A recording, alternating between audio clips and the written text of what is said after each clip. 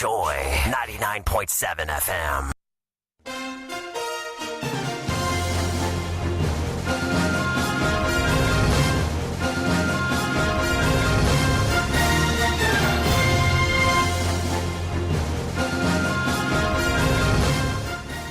Tonight, Inspector General of Police Christian Tetteh Yohuno leads high-powered police delegation to Bawku following police resident clash that led to the killing of one person and injury to two security officers.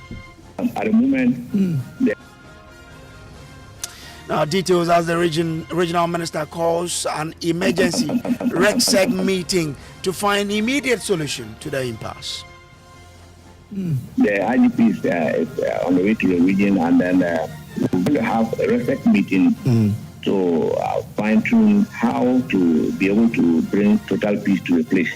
It's a bit calm, but it is not yet over. Okay. We're live in the area with details surely here on Top Story, always brought to you by Telecel, connecting energies and holy insecticide spray and coil. Enjoy a holy sleep. My name is Samuel Kojo Brace.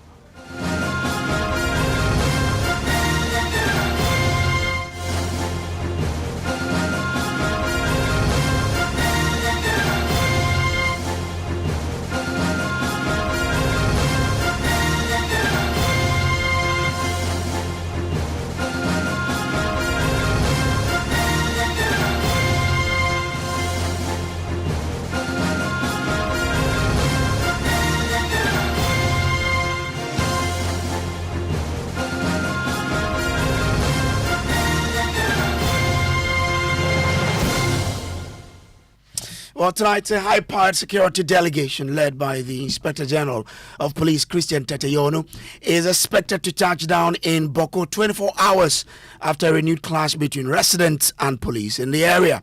The youth are alleged to have ambushed and attacked the police last night, shooting one officer in the arm. This followed renewed clashes on Wednesday morning that resulted in the death of one person, leaving at least two other security officers severely wounded. The private residence of the municipal police commander was also set ablaze during the violence.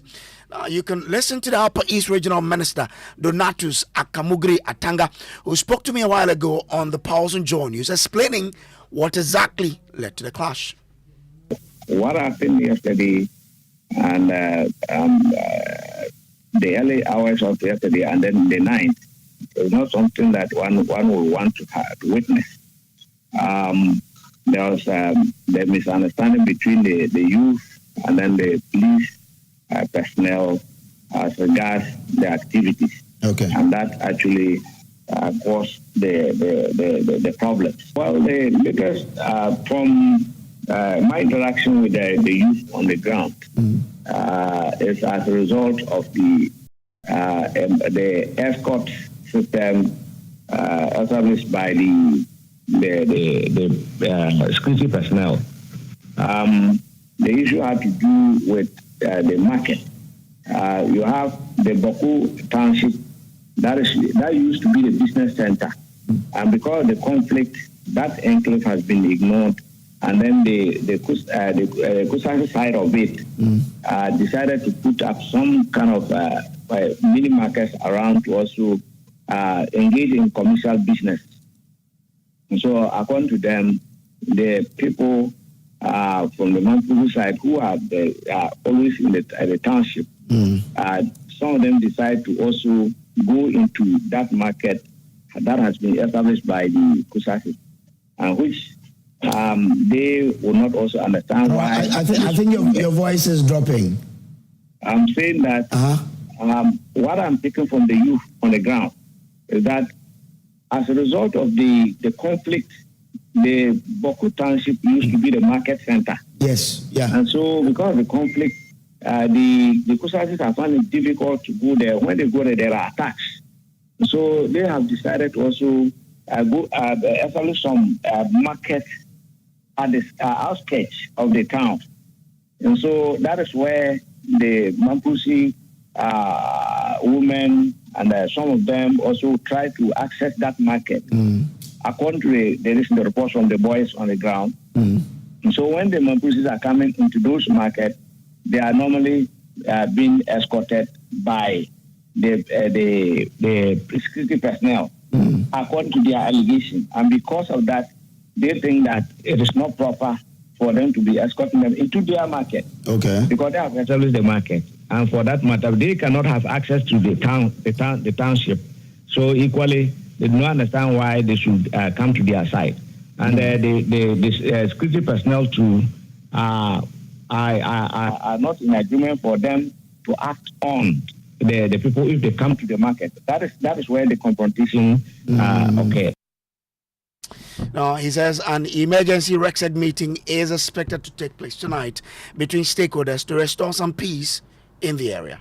And so the youth lost trust in the police personnel, and then they were no longer trying to tolerate the activities, and that caused that kind of problem. So the good thing is that the military were not seen as people who probably were perpetuating any activity that the youth are not happy with. And so they had a trust in the military. And so the military joined the police to ensure some kind of calm is brought. But all the same, because the youth were so angry, so they also targeted certain things, certain areas that are where the police are, and they were trying to burn them down as a reaction to what the police apparently did to them. So that is the situation. But at the moment, the IGP is on the way to the region, and then we're going to have a respect meeting to fine-tune how to be able to bring total peace to the place. It's a bit calm, but it is not yet over. Okay. So, but let me confirm this. We understand that the house of the MP for Pusiga has been touched in a way. Have you gotten that particular information?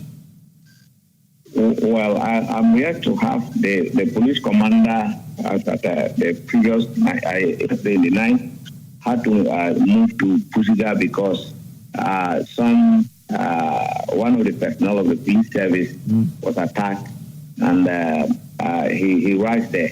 And so at the meeting, the respect meeting, that I will have the details as to what actually happened. But it looks like the youth are getting angry with leadership. Okay. And so because of that, if anybody says that the house of the MP of Pusiga was tight, I cannot hold this and I cannot deny for now. Okay. Until I get the actual report from the police commander after our briefing. Well, so that's the regional minister for the Upper East region, Donatus Akamugri Atanga, speaking to me earlier on the post. Now, I'll take you live to the area shortly, but my colleague James Avaji has joined me in studio with a statement from the police, which has been detailing what exactly transpired between the police and the resident and what the people of Ghana should expect. James, what does the statement say exactly?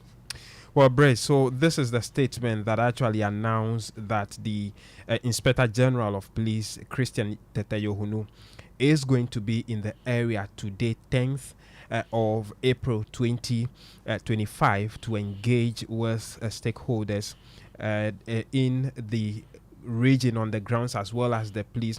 The Ghana Police Service, and I'm quoting, quote, is working with the Ghana Armed Forces. Have been working with them yesterday, 9th April 2025, to restore calm at Bawku following violence involving some youth of the town and the police. Now, one person, Fuseni Idrisu, unfortunately lost his life during the incident. 5 other persons, who include 1 police officer and 1 immigration officer, sustained gunshot injuries and are on admission receiving medical attention.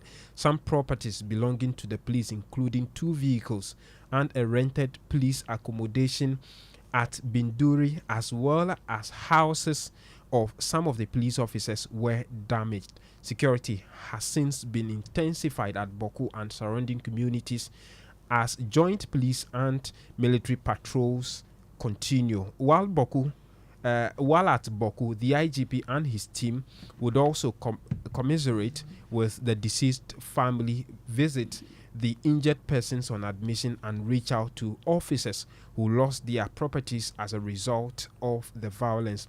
It ends by saying that the police would like to assure the public that the Ghana Police Service will continue to work with the Ghana Armed Forces chiefs, opinion leaders, and all other stakeholders to ensure security, law, and order at Bawku. And this was issued this afternoon, signed by the Assistant Commissioner of Police and Director in charge of Public Affairs, Grace Ansa Akrofi. Okay, let's go on the phone lines now and bring in our Upper East Regional correspondent Albert who's joining us live with some update. Albert, so what is the situation in the area as we speak?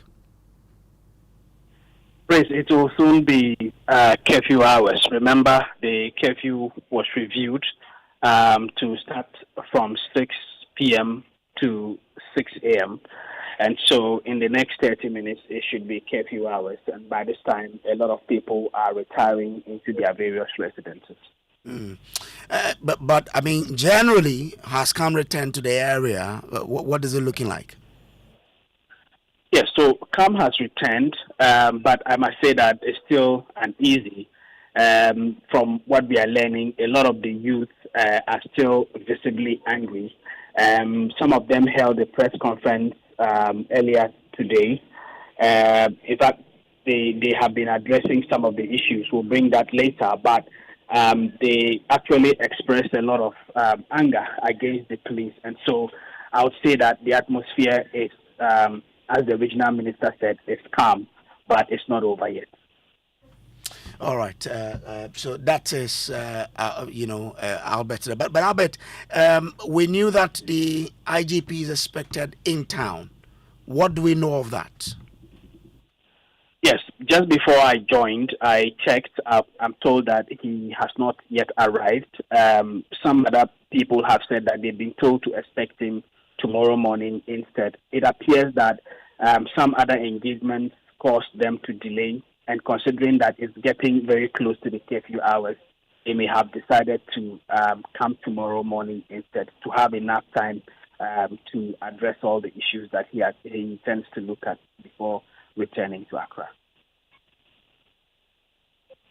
Right. So it means that the visit by the IGP will happen tomorrow, not today. Yes, it had been planned for today, but it's been postponed to tomorrow now.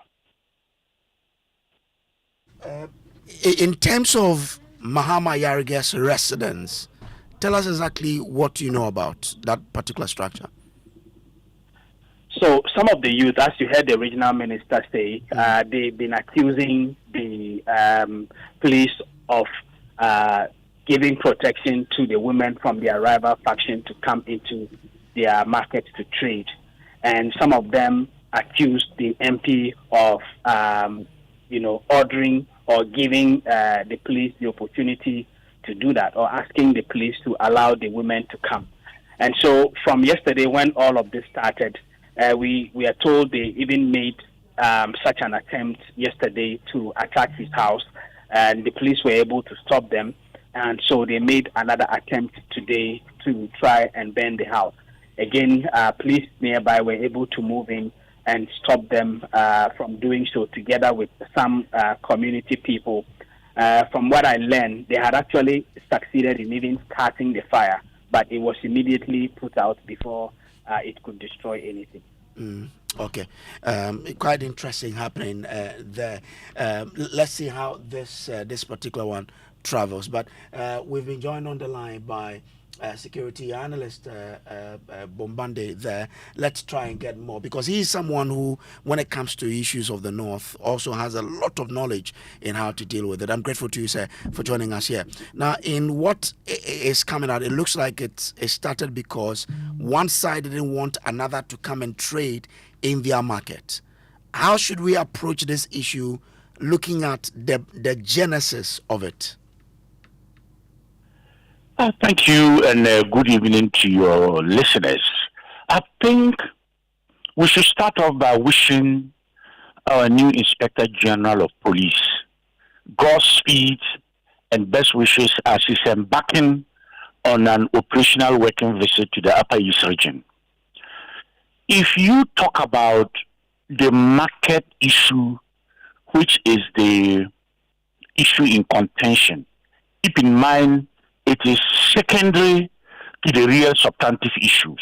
But be it as it may, the genesis of it, as you use that word, and everybody knows very clearly, going back to my civil society days, one of the things we tried to do that did not succeed was to prevent a separation of a very important social space where trading, commerce, interchange takes place. And I've always viewed market spaces not just in terms of their commercial value, but in terms of the interrelationship interactions, because that is the space our women would want to check on one another at family level.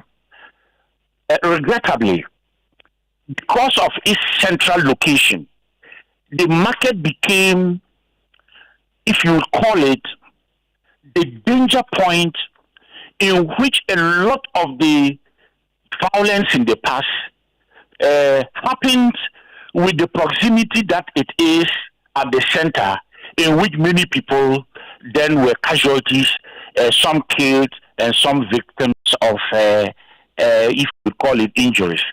And so the Zugran decided upon consultation with the traditional council as a temporal measure, not as a permanent measure, to move the market out of the center of town so that the processes of rebuilding peace and relationships could in itself become the basis of a reintegration in which the central market will begin to function again.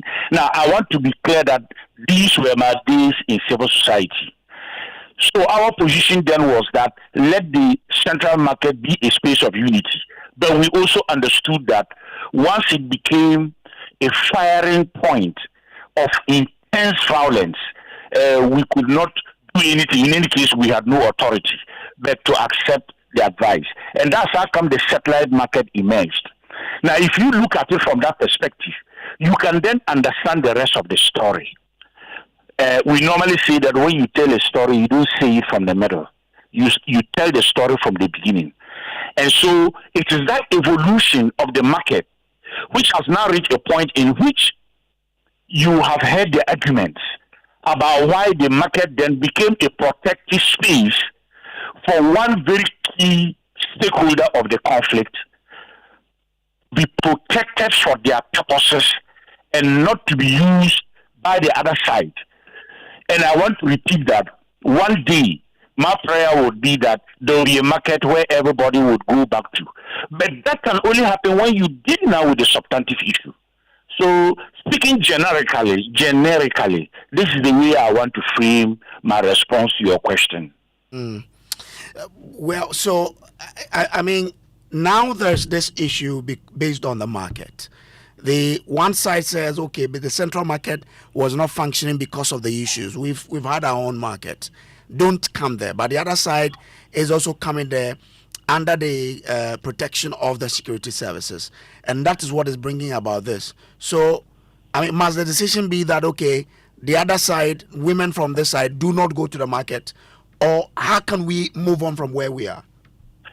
So this is where you have to include in your analysis the suspicions, the total destruction of confidence, the deterioration of the sense of community, particularly from December 2021, that traveled throughout to the present time, in which it's no longer about access to the market, but the suspicions about what the other side brings to the market that continues to make us vulnerable and to be at the receiving end of violence, particularly when that violence is also meted out by security coordination.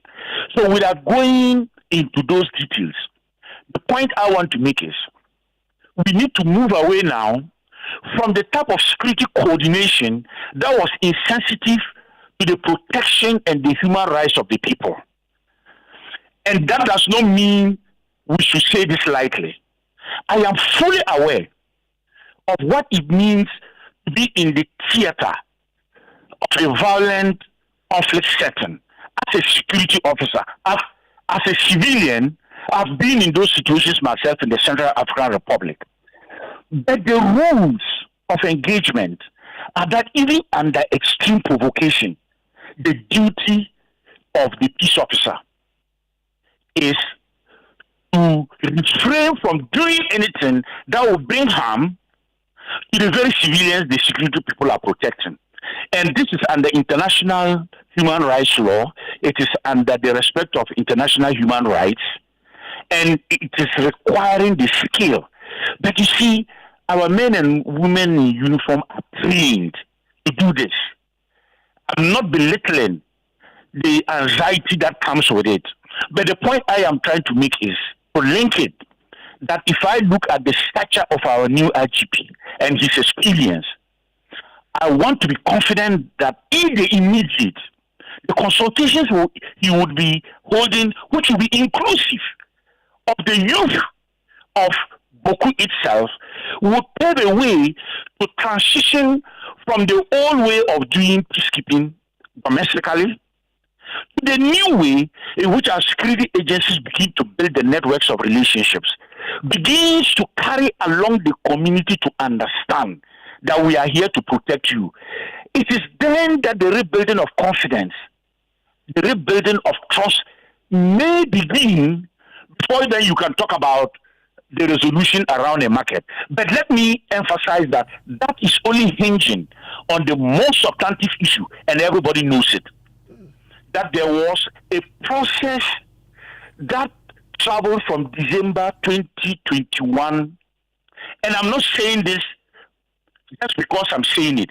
I've been in a national security dialogue meeting, and I've heard at first hand how our former Minister for Security, the Honorable Kandapa, talked about the pressure he was under in the circumstances that evolved. And I should not probably go too much into those details because there might be a better opportunity to do so. Those pressures before the elections led to the enforced errors that created the sense of duality of a chief in Bawku, which is the nerve center of violence in Bawku. Until that is removed, until that illegality, which violates our constitutional dispensation, right. Okay. is dealt with. So I mean, I appreciate where you're coming from, but just do this for me in just 30 seconds if you can. The regional minister, when we spoke to him, spoke about a break in trust between the residents and the police service, but they trust the military. You were speaking about how the police should build, how the security services can build trust. So in this case, when there's a break in trust between the residents and the police, what must the security services do? If you can do that for me in 30 seconds, I'll appreciate it. I thought I responded to that. It begins with wishing our IGP well in terms of the consultations that he's going to hold as an immediate response to calm the area. The only addition I made was let us be bold and not run away from the substantive issues. And I said I wouldn't go into those details. Right. I'm grateful to you. Emmanuel Bombande is a conflict resolution, peace building, and development professional, and you had us speak to him there. But another issue that has been on the front burner this week has to do with the embattled MP for Assin South, Reverend Tim Fojo, who we understand is yet to present himself to the NIB after a botched attest him more than 24 hours ago. We understand the minority have been meeting on this particular matter, and have been trying to get some audience with the speaker on the way forward for this particular matter. We've been joined on the line by J. Bafo Ewa, who is the MP for Menchia South. He's a member of the minority. Let's get some update from him. Grateful to you for joining us here, lawyer. What is the update from this particular whole? We understand that there was a meeting between your caucus. What's the update? Good evening to your cherished listeners. The update is that the NIB should comply with due process of law if they want audience with the Honorable Member of Parliament and Ranking Member for Interior and Defense Committee. They should comply with due process of law, which is to write to the Speaker for the Speaker to do the necessary arrangement for that meeting to happen. But earlier in the day, we heard that the NIB had done the right thing by applying for the MP to be released. What about Very that? respectfully, by way of update from you, what is your source? Who gave you that information? Have you seen the letter? No, but we spoke to your leader, Honorable Alexander Feomakin, on our network, who said the NIB had done the right thing by initiating the right processes. Okay, then that must have been after our meeting, and so I don't have that information. So if that has been done, then we await the Speaker's direction. But as of the time you were meeting between your caucus, the decision was that the NIB should do the right thing before the Honorable can present himself to the NIB, right? Yes, in other words, don't create an exceptional situation for the Honorable Member of Parliament and Ranking Member for Interior and Defense by, not going through the channel as established by law. And the channel as established by law is, can you give us an education, refresh our minds on going that? Going through the Speaker for the Speaker to make the necessary arrangement. Well, I would like you to hold on for me. Let's listen to your leader, Honorable Alexander Feomakin, when he spoke to us earlier in the day. The conclusion was that a letter will be conveyed to Speaker's office, which letter, I'm reliably informed, is gone. So the known procedure will be followed, and we take it out from there. The hawks who are supposed to be kept on the fringes are allowed to come into the center, and all they do is to harm the gains we've made in our democratic journey. Apart from what is happening, many others in our party are facing all forms of persecution in the name of accountability.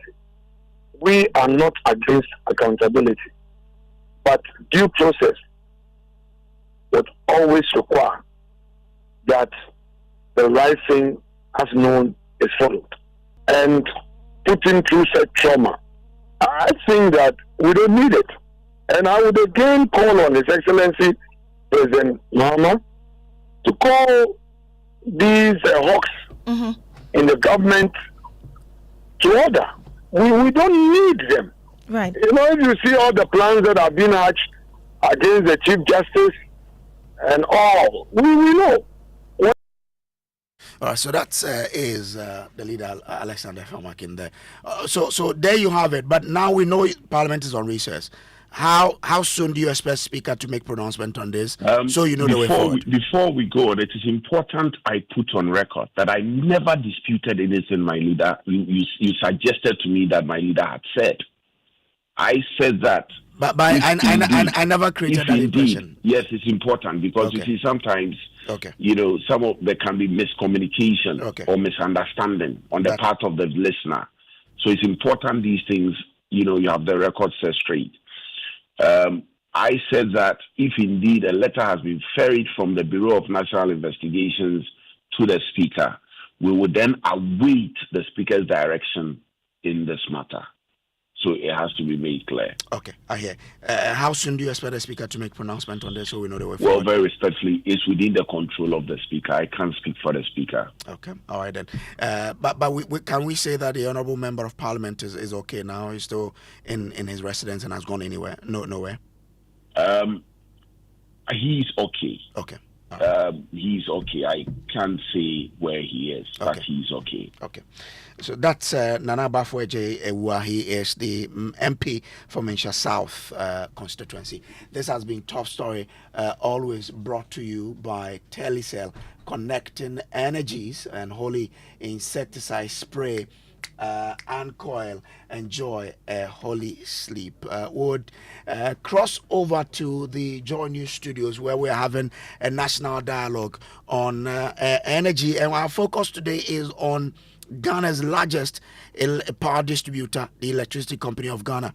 Should it be privatized or not? You can join that particular conversation. Leave your comment on our social media platforms, and our host will share that with the rest of our viewers and listeners. Thank you for being a part of us. My name is Samuel Kojo Brace. We'll meet again sometime.